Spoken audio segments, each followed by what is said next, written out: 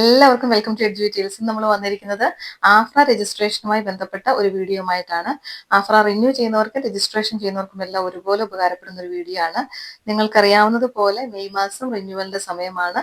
അപ്പോൾ Australian nursing കൗൺസിലിന് നിങ്ങൾക്കൊരു email കിട്ടിയിട്ടുണ്ടാകും, നിങ്ങളുടെ ആഫ്ര റിന്യൂ ചെയ്യാനുള്ള സമയമായി എന്ന് പറഞ്ഞുകൊണ്ട്.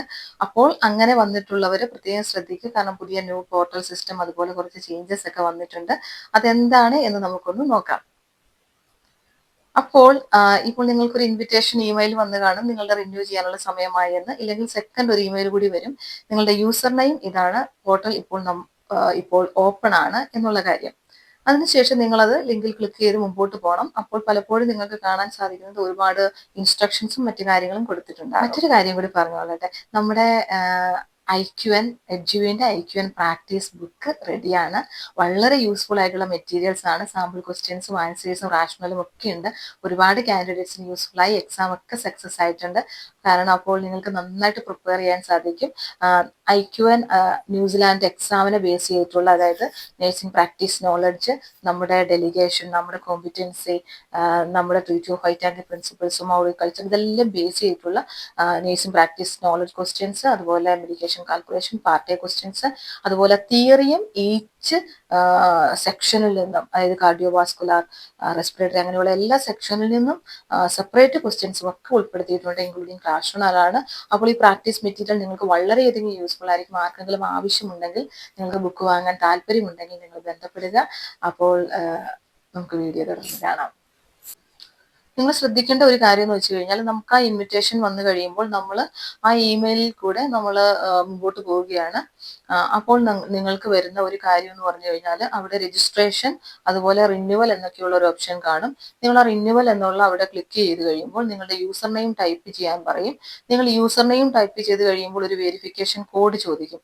അതോടൊപ്പം തന്നെ ശ്രദ്ധിക്കേണ്ട ഒരു കാര്യം, നിങ്ങൾ ഈ സിസ്റ്റം ഓപ്പൺ ചെയ്യുമ്പോൾ ഏത് ഇമെയിൽ ID ഉപയോഗിച്ചാണോ നിങ്ങൾ രജിസ്ട്രേഷൻ ചെയ്തത്, അതേ ഇമെയിൽ ID ഉപയോഗിച്ച് നിങ്ങളുടെ സിസ്റ്റം ഓപ്പൺ ചെയ്യാനും നിങ്ങൾ ശ്രമിക്കുക. അപ്പോഴാണ് കറക്റ്റ് യാതൊരു കംപ്ലൈന്റും ഇല്ലാതെ തന്നെ നമുക്ക് മുമ്പോട്ട് പോകാൻ സാധിക്കുക. അതോടൊപ്പം തന്നെ നിങ്ങളുടെ മൊബൈൽ അടുത്ത് വെക്കുക. ഇപ്പോൾ നമ്മുടെ യൂസർ നെയിം നമ്മൾ ടൈപ്പ് ചെയ്തതിന് ശേഷം അടുത്ത ഓപ്ഷൻ ഒരു വെരിഫിക്കേഷൻ കോഡ് എന്നുള്ളതായിരിക്കും. അപ്പോൾ നിങ്ങൾ ചെയ്യേണ്ട കാര്യം, നിങ്ങളുടെ ഫോണിൽ ഒരു ഒതന്റിക്കേറ്റർ ആപ്പ് ഡൗൺലോഡ് ചെയ്യുക. ഇത് പ്രയോറായിട്ട് ഡൗൺലോഡ് ചെയ്ത് വെക്കുകയാണെങ്കിൽ വളരെ നല്ലതായിരിക്കും.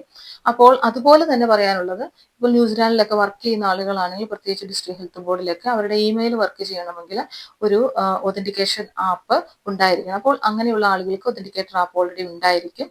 അപ്പോൾ നമ്മൾ വിചാരിക്കും എങ്ങനെയാണ് സെക്കൻഡ് ഒരു ആപ്പ് ഡൗൺലോഡ് ചെയ്യുക എന്നുള്ളത്. അതിന്റെ കാര്യമില്ല. പകരം അതിൽ പ്ലസ് എന്നൊരു ഓപ്ഷൻ കാണും. അതിൽ ക്ലിക്ക് ചെയ്യുമ്പോൾ നിങ്ങൾക്ക് നിങ്ങളുടെ ഈ ഇമെയിൽ ID എന്നുള്ള വെരിഫിക്കേഷൻ കോഡ് അതിൽ കാണാവുന്നതാണ്. ആ കോഡ് നമ്മുടെ സിസ്റ്റത്തിൽ ടൈപ്പ് ചെയ്ത് കൊടുത്താൽ മതി. അല്ലെങ്കിൽ ന്യൂ ആയിട്ട് നിങ്ങൾ ഡൗൺലോഡ് ചെയ്യുക. അതിനുശേഷം നിങ്ങൾക്ക് ഫോർഗെറ്റ് പാസ്വേഡ് എന്നുള്ളൊരു ഓപ്ഷൻ കാണാം. നിങ്ങൾ ഫോർഗെറ്റ് പാസ്വേഡ് കൊടുക്കുന്നു. അതിനുശേഷം നമ്മൾ നമ്മുടെ പോർട്ടലിലേക്ക് ഡയറക്റ്റ് ചെയ്യുകയാണ്. അപ്പോൾ അതിൽ നിങ്ങളുടെ പേഴ്സണൽ ഡീറ്റെയിൽസ് ടൈപ്പ് ചെയ്യാനും മറ്റു കാര്യങ്ങളെല്ലാം കാണും. അതുപോലെ തന്നെ പ്രിൻസിപ്പൽ പ്ലേസ് ഓഫ് വർക്കിൽ എന്തെങ്കിലും മാറ്റങ്ങൾ ഉണ്ടെങ്കിൽ അത് ടൈപ്പ് ചെയ്യാൻ പറഞ്ഞു കാണും. അത് ടൈപ്പ് ചെയ്യേണ്ട ഒരു ഓപ്ഷനാണ്. അപ്പോൾ നിങ്ങൾ കറന്റ് എവിടെയാണോ വർക്ക് ചെയ്യുന്നത് അത് ടൈപ്പ് ചെയ്യുക. അതല്ല സെയിം പ്ലേസ് തന്നെയാണെങ്കിൽ അതേ സെയിം പ്ലേസ് തന്നെ വീണ്ടും ടൈപ്പ് ചെയ്യുക. ചിലപ്പോൾ അത് എറർ കാണിക്കും, പക്ഷെ 1 or 2 ടൈംസ് ശേഷം അത് റെഡിയാകാറുണ്ട്. ഇനി അതല്ല എന്നുണ്ടെങ്കിൽ നിങ്ങൾ ഓസ്ട്രേലിയൻ നേഴ്സിംഗ് കൗൺസിലുമായി ബന്ധപ്പെടുക. അതുപോലെ തന്നെ ഈ ഡീറ്റെയിൽസ് എല്ലാം നിങ്ങൾ ഫില്ല് ചെയ്തതിനു ശേഷം നിങ്ങൾ മുമ്പോട്ട് പോവുക. അതുപോലെ CBD അവേഴ്സ് ചോദിക്കുന്നുണ്ട്, ക്ലിനിക്കൽ അവേഴ്സ്. അത് നിങ്ങൾ ഓക്കെ ആണ് എന്നുണ്ടെങ്കിൽ അത് സബ്മിറ്റ് ചെയ്യുക. ക്ലിക്ക് ചെയ്യുക യെസ് ഓർ നോ. കാരണം ഇത് സബ്മിറ്റ് ചെയ്തതിന് ശേഷമോ അല്ലെങ്കിൽ അതിന് മുമ്പൊക്കെ ആയിട്ട് ഇവർ അത് സ്ട്രിക്റ്റ് ആയിട്ട് വാച്ച് ചെയ്യുന്നുണ്ട്. അതിനുശേഷം നമുക്കറിയാലോ നമ്മുടെ സ്വഭാവങ്ങൾ, നമ്മുടെ മുമ്പോട്ടുള്ള മറ്റു കാര്യങ്ങൾ, ഇൻഫെക്ഷൻ ഏരിയയിൽ വർക്ക് ചെയ്തിട്ടുണ്ടോ, അങ്ങനെയുള്ള കാര്യങ്ങളെല്ലാം തന്നെ അവർ ചോദിക്കും. അതിനെല്ലാം തന്നെ പ്രോപ്പർ ആയിട്ടുള്ള ആൻസർ നിങ്ങൾ കൊടുക്കണം. എല്ലാം യെസ് ഓർ നോ ക്വസ്റ്റ്യൻ ആണ്. ഇപ്പോൾ എന്തെങ്കിലും കൺഫ്യൂഷൻ ആയിട്ടുള്ള കാര്യങ്ങൾ ഉണ്ടെങ്കിൽ അവർ വീണ്ടും വീണ്ടും റീഡയറക്റ്റ് ചെയ്യും പല ക്വസ്റ്റ്യനിലേക്ക്. അപ്പോൾ നിങ്ങൾക്ക് മനസ്സിലാകും. അതിനുശേഷം നിങ്ങൾ ഫൈനലി സബ്മിറ്റ് ഓപ്ഷനാണ് നമ്മൾ സബ്മിറ്റ് ചെയ്യുന്നു. സബ്മിറ്റ് ചെയ്ത് കഴിയുമ്പോൾ നമ്മുടെ ഫീസ് പേ ചെയ്യാൻ പറയും. പേ ചെയ്യുന്നത് $180 ആണ്. പക്ഷേ GST ഇൻക്ലൂഡ് ചെയ്ത് 200 സംതിങ് വരും. അതിനുശേഷം ഉടനെ തന്നെ എല്ലാം ഓക്കെ ആണെങ്കിൽ നിങ്ങൾക്ക് നിങ്ങളുടെ റിന്യൂവൽ ലഭിക്കുന്നതായിരിക്കും. അപ്പോൾ ഇതൊക്കെയാണ് ആഫ്ര റിന്യൂവലുമായി സംബന്ധിച്ച വിശേഷങ്ങൾ. അതുപോലെ തന്നെ ഇപ്പോൾ CBD അവേഴ്സ് ആനുവലി 20 അവേഴ്സ് മസ്റ്റാണ്. അതുപോലെ തന്നെ 450 മണിക്കൂർ രജിസ്ട്രേഷന് ശേഷം 5 വർഷത്തിനുള്ളിൽ വർക്ക് ചെയ്തതുമായിരിക്കണം. എങ്കിൽ മാത്രമേ നമുക്ക് രജിസ്ട്രേഷൻ അപ്ലൈ ചെയ്യാനും പറ്റുകയുള്ളൂ. അതുപോലെ പാത്വേയിലൊക്കെ കുറച്ച് മാറ്റങ്ങൾ വന്നിട്ടുണ്ട്. അതൊക്കെ നിങ്ങളൊന്ന് ചെക്ക് ചെയ്ത് നോക്കുക. അപ്പോൾ മറ്റൊരു വീഡിയോയുമായി നമുക്ക് കാണാം. Thank you for watching.